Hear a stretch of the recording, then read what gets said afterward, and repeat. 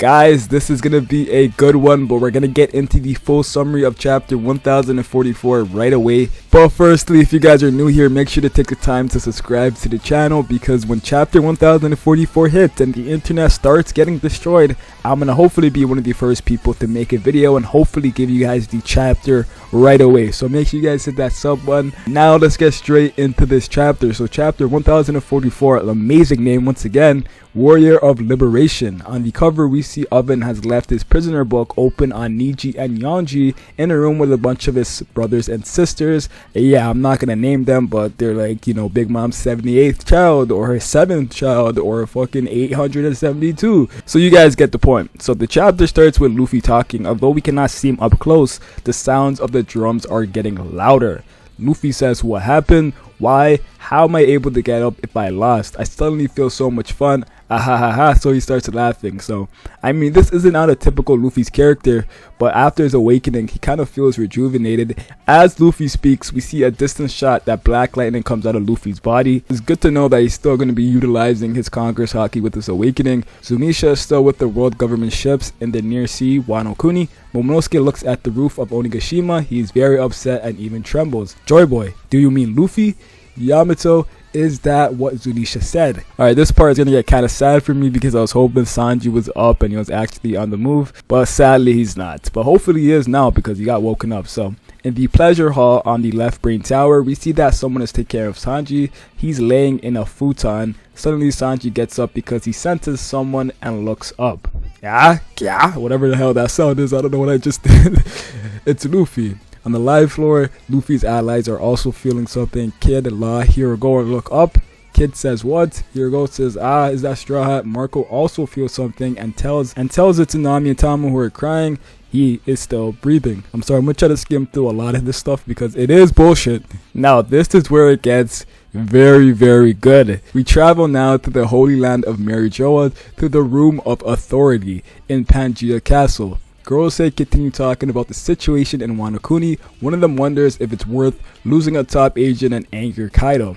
Gorosei with the dreadlocks replies that it's worth it, especially considering the future that this situation may lead to. The Gorosei with dreadlocks? Why did that sound so fire just now? So the swordsman Gorosei, the world government tries to keep the Gomu Gomu no Mi with them in every era, but somehow the fruit always gets away and 800 years have passed. Gorosei with the big beard and mustache, it's like if the Akuma no Mi tries to escape from them. Wait, what was the Akuma no Mi again? Hold up, I gotta research this. Yo, I'm retarded. It's a devil fruit. Yo, my bad. Yo, I don't even know if I would have put that in. But yeah, so the Gorosei with a spot on his head.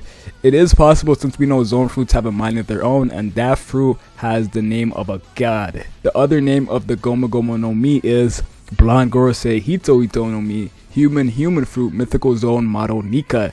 So yeah, in my other video I accidentally just mentioned it as a zone fruit and everybody wanted to be Einstein and correct me in the comment section. "Oh my god, it's mythical zone, it's not just zone." Yeah, so my work guys, I just didn't say that. Obviously this powerful fruit isn't going to be a regular zone, it has to be a mythical zone. It's probably the best mythical zone in the series.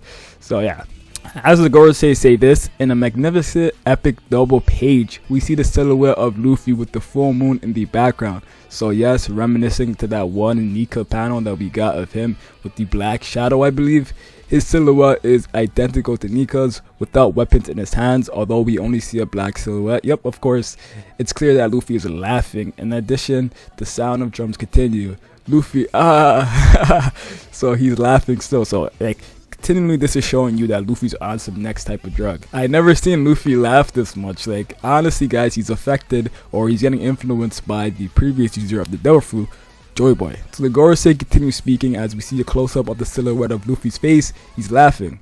His body has the properties of rubber and he can fight in a way as he wishes, making people smile wherever he goes. He is the Warrior of Liberation, also known as Nika, the Sun God. Awakening will give the rubber body even more strength and freedom. It is said that it's the most ridiculous power in the world. Now, this is where it gets interesting. So this is the explanation we got for the fruit. His body has the properties of rubber And people are saying the reason why it has properties of rubber, and this is an amazing explanation, because the girls say he can fight in any way he wishes. So that explains a lot of things, because if he has freedom to do whatever he likes and he can do whatever he wishes with this devil fruit, it would explain why Luffy was only using rubber abilities from the beginning of the series, because he thought that's the only ones he could use. And it also explains why the man can use fire, because he wanted to. The description they're basically essentially giving me here is that he can do whatever he wants if he wants to do it. So the Luffy eating a Gomu Gomu fruit, I'm pretty sure he thought he ate the rubber fruit, and that's why he was essentially only using rubber based abilities, because he wanted to. And when he uses his Red Hawk, he wants to use it as a homage to carry on Ace's will, I guess. So that's why he was able to do Red Hawk. I mean, I guess it's a way to explain stuff, so let's just continue. Oh yeah, and they said it's the most ridiculous power in the world. Oh my god. So Luffy for sure has the most broken devil fruit, if you guys already didn't guess that. So back to the roof of Onigashima. There we see again the silhouette of Luffy with the full moon in the background. Luffy, if I feel like I can do anything I want, my heartbeat sounds so fun. This is my highest peak. This is my gear 5. So obviously they're hammering us in the face with the fact that Luffy can do anything he wants with this devil fruit.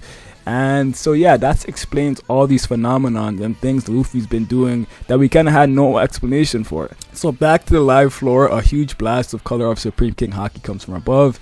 A lot of black lightning pierces through the roof, and Kaido's subordinates begin to fall unconscious with foam out the mouth. Kaido looks worried at the roof. What's up there on the roof?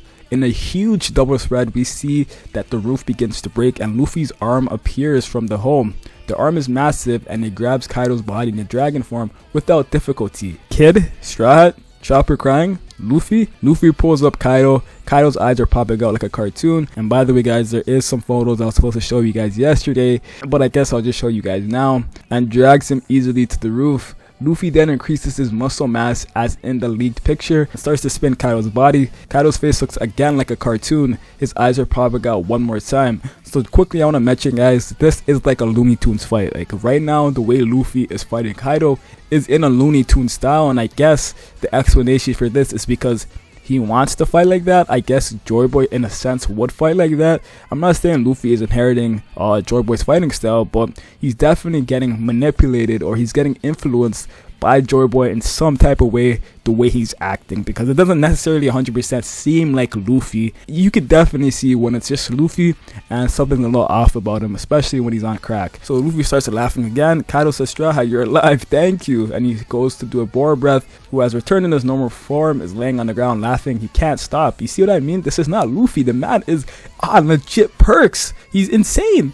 But when he sees Kaido's boar breath, he screams surprise. His eyes pop out like a cartoon, but it's more excessive than Kaido's. Luffy grabs the ground with his hands, stretches out, and causing the ground to turn into rubber. Yes, his awakening affects the ground, but I mean, it's able to, because it makes sense. A lot of you guys in my previous video said Aokiji them can manipulate their surroundings and stuff with their awakening.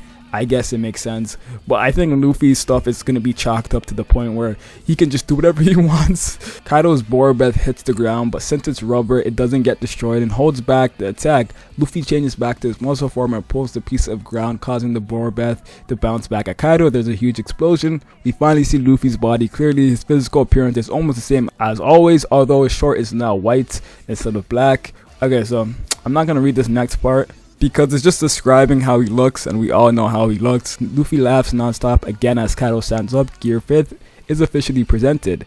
Ha ha ha, Luffy says. Kaido, I'm sorry for what happened earlier. I was stupid. I didn't want to win like that. Luffy looks at Kaido with determination and a smile on his face. Luffy, don't mention it. Let's end this.